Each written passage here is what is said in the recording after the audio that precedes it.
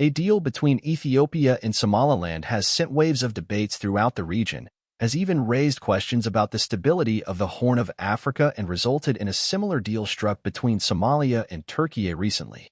However, arguments that the region might fall into turmoil due to Ethiopia's move are overstated. Addis Ababa, with the deal, only eyes goals concerning trade and economy rather than political gains.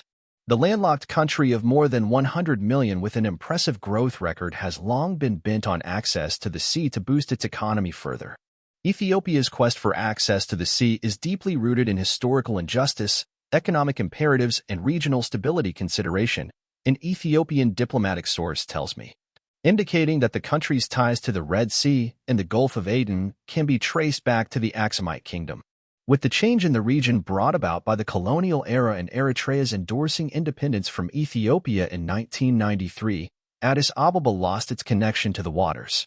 To compensate, the Ethiopian government has engaged in extensive discussion and dialogue with neighboring countries based on give and take, win-win, and the business model.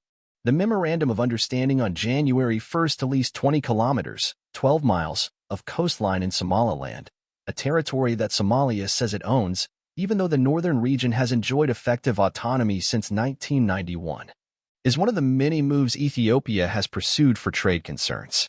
Although not fully recognized, several countries have opened diplomatic offices in the breakaway region. The source pointed out that several countries signed similar commercial deals to develop and utilize ports with Somaliland. Moreover, Ethiopia and Somaliland also have pre-existing cooperation agreements, including a customs transit and port agreement and a deal that has granted Ethiopia 19% of the ownership of the port of Berbera in Somalia. The recent deal's sole purpose is to diversify Ethiopia's maritime access for economic objectives and does not harm Somalia's interests in any way.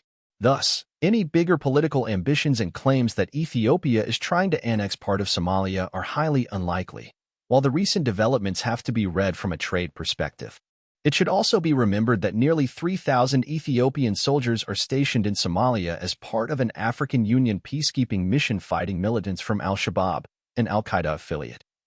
Another indicator that the maritime deal's purpose is not to harm Somalia politically. Underlining support for Somalia's territorial integrity, the diplomatic source said, "The peace of Somalia is the peace of Ethiopia. Ethiopia as a catalyst." Ethiopia is one of the fastest-growing economies in the region and has made significant progress in the last 15 years. Although the COVID-19 pandemic, a 2-year war in the northern Tigray region, and droughts, floods, and locust invasions in parts of the country have affected its economy adversely, the country's potential promises for more. As part of its foreign policy, Ethiopia promotes regional integration and fosters peaceful relations with neighbors and beyond. Ethiopia has been one of the founders of the African Union.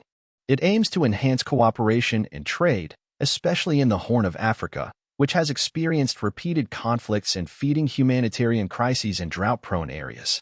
The diplomat said that Ethiopia is ready to share its experience and resources with regional countries on a win-win basis. He mentioned that the country has success with its flag carrier, Ethiopian Airlines, telecommunications and hydropower, among other areas, but it lacks access to the seas and the use of ports without the necessary agreements. Key for Africa.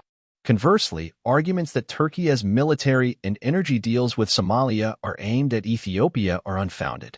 Ankara views Addis Ababa as a key country for influence in Africa and has a close partnership with the country, while the leaders of Türkiye and Ethiopia enjoy positive relations.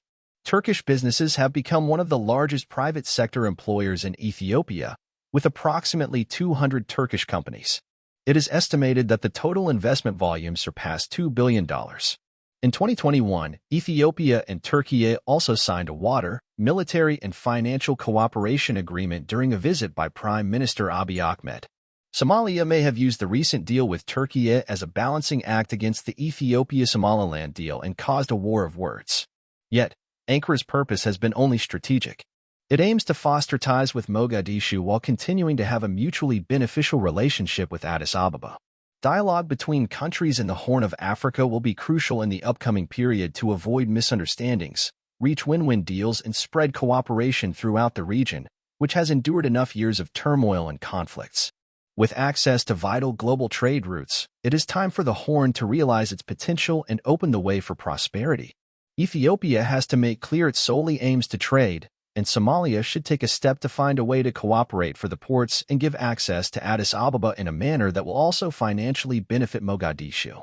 Türkiye, then again, will pursue cooperation in humanitarian fields, economy, trade and military with both Ethiopia and Somalia, not aiming to endanger the balance.